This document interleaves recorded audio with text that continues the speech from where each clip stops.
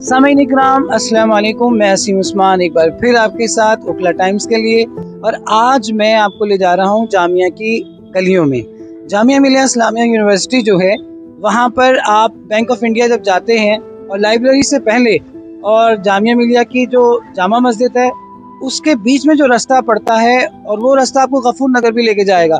बस वहीं रुक जाइए और वहाँ रुककर एक खुशबू का एक खुशबू महसूस कीजिए। ये खुशबू आपको ले जाएगी एक बड़ा खूबसूरत किचन के अंदर। ये किचन चार दीवारी और ईंटों का बना हुआ तो नहीं है, बिल्कुल खुले सड़क पर ही आपको मिलेगा, लेकिन बहुत टेस्टी सब्जियां, बहुत टेस्टी खाना, ये सब आपको उस किचन में मिल जाएगा। अफसाना यासीन हमारे साथ में है। अफसाना यासीन जो है यहाँ पर अपनी ये एक छोटा सा रोड साइड किचन चलाती हैं। उनसे सुनेंगे उनकी कहानी, कैसे वो इस किचन की इब्तिदा कर पाई और क्या करना चाहती हैं वो। मेरा नाम अफसाना यासीन है और मैं यहाँ दिल्ली से ही बिलोंग करती हूँ, ओखला से ही, और मेरी स्टडी भी जामिया से ही हुई है। मैंने ग्रेजुएशन का सेकंड ईयर दिया है, फाइनल ईयर मैंने नहीं दिया है। वो कुछ मजबूरी की वजह से मैं नहीं कर पाई हूँ, क्योंकि मुझे ये सब काम करना था, इसलिए मैंने अपनी स्टडी को कंप्लीट नहीं किया है। बट हाँ, ये काम जो मैं कर रही हूँ ये मेरा शौक़ भी है और नीड भी है, तो इसलिए इसी को मुझे अब आगे बढ़ाना है और ये मेरा पैशन भी है और मुझे इसे करने में बहुत खुशी भी मिलती है। कि मेरी शादी बहुत जल्दी हो गई थी, मैंने 10th किया था, उसके बाद शादी हो गई थी मेरी। फिर जो ससुराल थी वो लोग मतलब अच्छे नहीं थे, वहाँ पर बहुत ज़्यादा टॉर्चर किया गया, बहुत मतलब मेंटली भी फिजिकली भी बहुत ज़्यादा। उसके बाद वो सारी चीज़ें झेलते झेलते, मतलब एज भी नहीं थी, इतनी कम थी कि मतलब कि वो चीज़ें समझ में नहीं आती थी, तो वो सब कुछ बर्दाश्त करते जाना।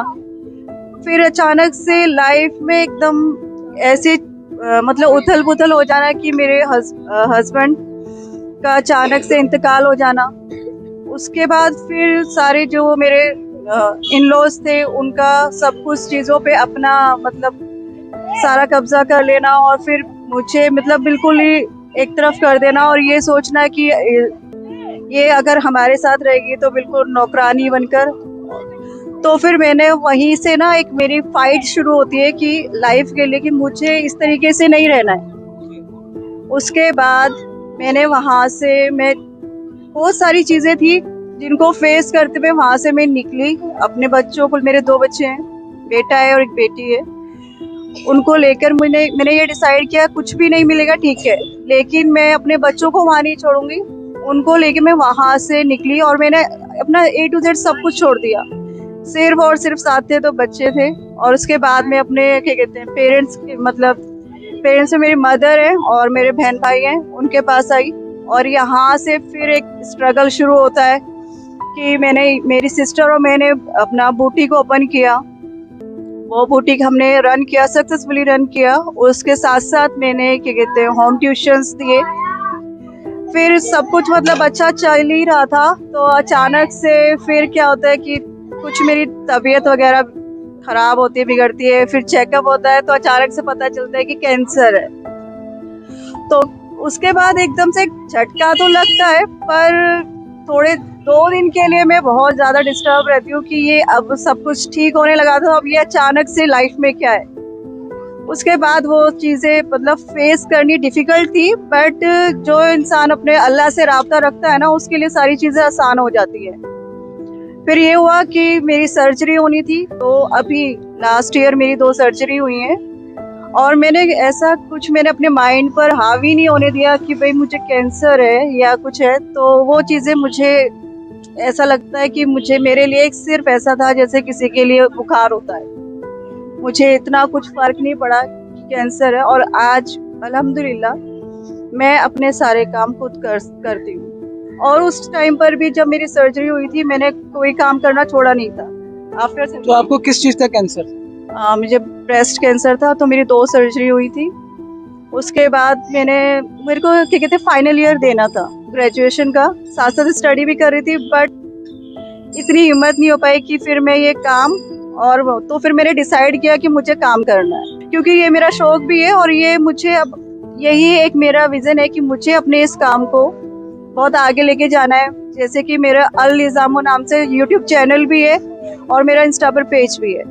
तो मुझे अभी मैंने ग्राउंड लेवल से स्टार्ट किया है, बट अब इसे मुझे और आगे लेके जाना है। जो भी मेरे दिल में वो बातें होती है ना, वो मैं सिर्फ अपने रब से, अल्लाह ताला से करती हूँ। और उसके बाद होता ये है कि मेरे लिए अगर परेशानी आती है ना, तो उसके मेरे लिए रास्ते भी अपने आप मुझे सामने नजर आ जाते हैं और वो सब मुश्किलें परेशानी दूर हो जाती है अल्हम्दुलिल्लाह। मेरा मानना ये है कि इंसान अगर जिस्म से खराब भी हो या तंदुरुस्त ना हो तो वो चलता है, लेकिन अगर इंसान दिमागी तौर पर बीमार हो जाए ना, तो उसका भले जिस्म तंदुरुस्त हो तो वो कुछ नहीं कर सकता, उसके लिए वो बेकार है। बट अगर वो जहनी तौर पर स्ट्रॉन्ग है, मजबूत है, तो वो अगर वो फिट भी नहीं है ना, तो वो उससे सारे काम कर सकता है। हम बुटीक भी रन करते हैं और उससे पहले मैं ट्यूशंस भी देती थी। अब मेरा ये स्टार्टअप है, फूड का स्टार्टअप है, तो इसी तरीके से सारे काम होते हैं। और दूसरी बात ये कि मैं किसी पर बोझ नहीं बनना चाहती थी, तो इसलिए क्या कहते हैं, मैंने ये अपना सब कुछ एक्सपेंसेस खुद ही उठाती।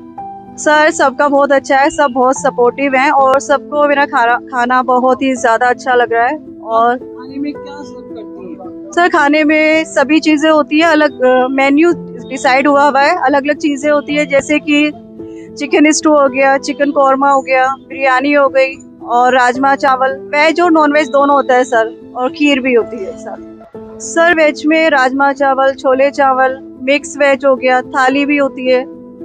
और नॉन वेज में भी क्या कहते हैं, अलग अलग आइटम्स होते हैं। नॉन वेज थाली है तो वो 130, और अगर वेज थाली है तो वो 65 है।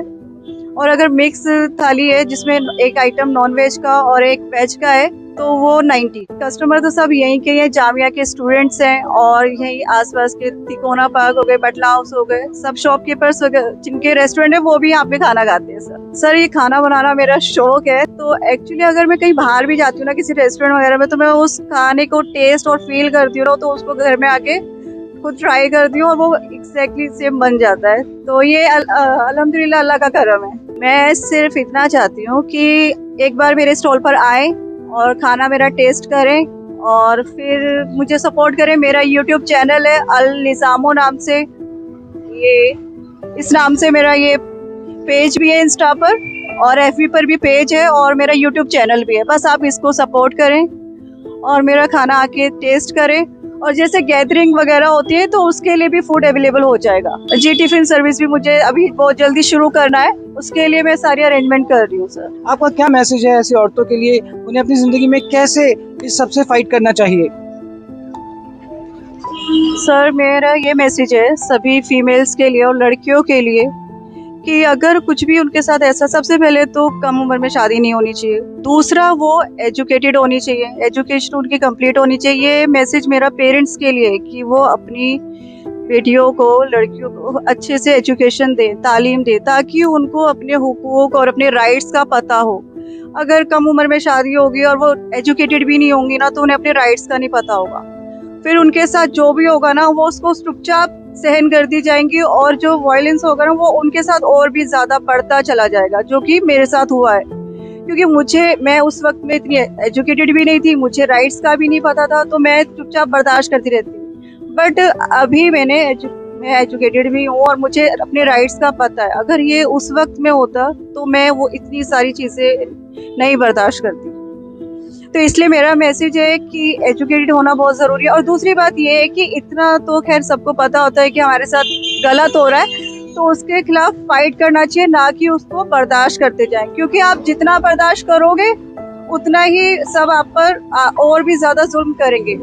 तो इसलिए मेरा कहना है कि अगर कुछ भी आपके साथ हो रहा है तो आप उसके लिए फाइट करो। तो मुझे शहरयार साहब का एक उनकी गज़ल याद आ रही है, उसका चंद लाइनें हैं। कहिए तो आसमां को ज़मीं पर उतार लाएं, मुश्किल नहीं है कुछ भी अगर ठान लीजिए, दिल चीज़ क्या है आप मेरी जान लीजिए। वाकई में कुछ भी मुश्किल नहीं है अगर आप ठानते हैं, जैसे मोहतरमा ने, अफसाना ने ठाना और आज यहाँ पर खड़ी हुई है इतनी बड़ी बीमारी से और ज़िंदगी की सब परेशानियों से जूझने के बावजूद भी। तो आप मुझसे वादा कीजिए, जब भी आप जामिया से गुजरेंगे और बैंक ऑफ इंडिया में आएंगे और गफूर नगर जाएंगे या जामिया मिलिया इस्लामिया आएंगे, तो आप अफसाना के यहाँ खाना खाने ज़रूर आएंगे।